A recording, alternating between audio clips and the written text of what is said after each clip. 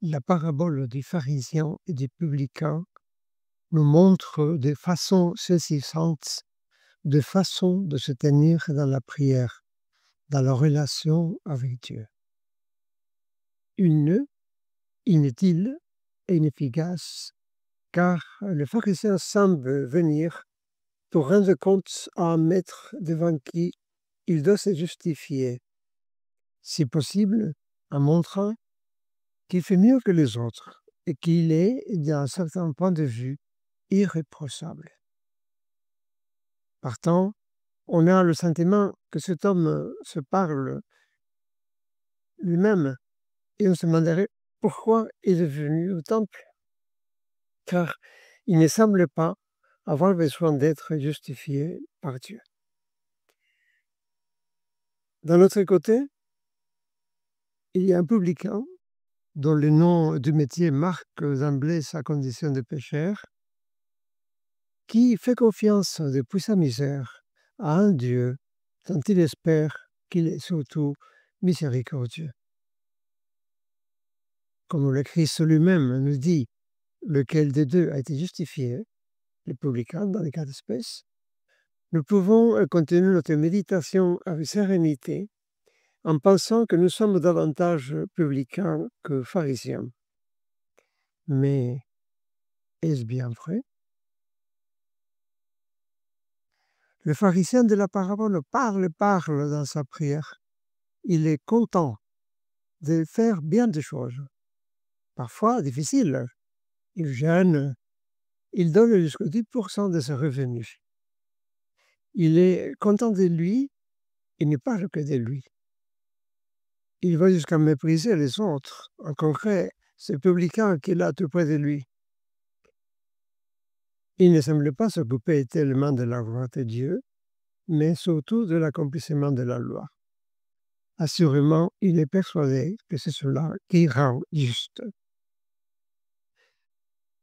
Mais Jésus déclare plutôt justifié, rendu juste, un pauvre type qui ose à peine élever son regard et qui demande à Dieu de lui prendre en pitié. L'histoire peut paraître caricaturale à un esprit fort, mais ce sont les esprits forts, précisément, qui sont décriés par le Christ. Faisons plutôt un peu d'introspection psychologique, ou plutôt, puisque nous tâchons de faire un moment de prière, un peu d'examen de notre propre conscience. Nous n'avons pas un peu honte de nous croire quand même des personnes assez bien. On nous dit tellement souvent merci que nous classons rapidement dans les rangs des infréquentables ceux qui ont l'audace d'émettre une réserve, une critique quelconque à notre égard.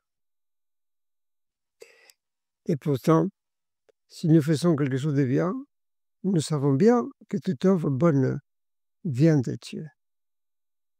Car qu'avons-nous que nous n'ayons pas reçu? Seigneur, si je me compare, quelle chance! Au milieu des difficultés de l'existence, combien de personnes ai-je trouvé qui m'ont écouté, aidé, aimé, encouragé, soutenu. Que serais-je devenu si tu n'avais pas mis sur mon chemin celui-ci ou celle-là?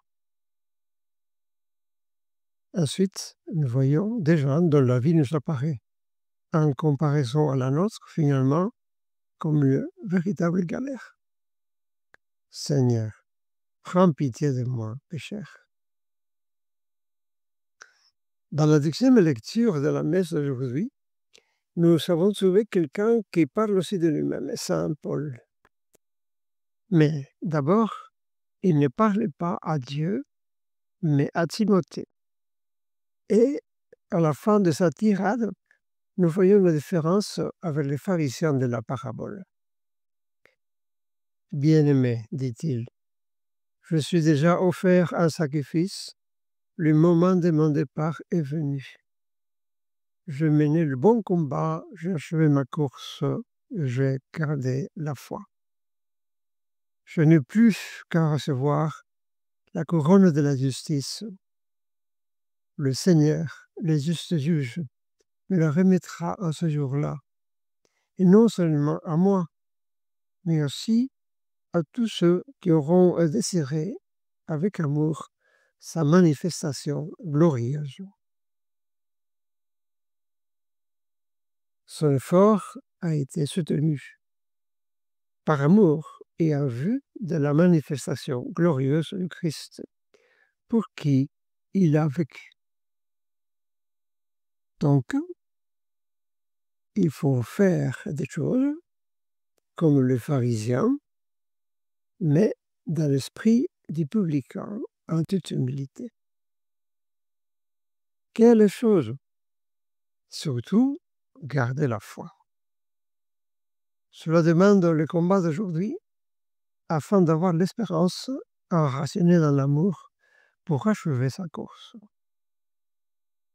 Ainsi, garder la foi, ce n'est pas la garder, la mettre en conserve.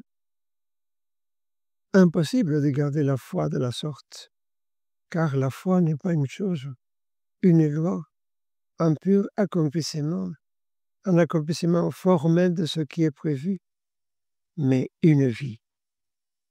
S'il n'est pas vécu, il meurt. Et saint Paul prend des exemples sportifs. Achever sa course, combattre.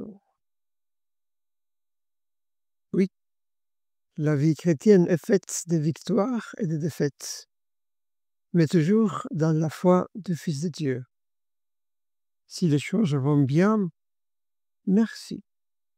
Si elles vont mal, merci aussi, Seigneur.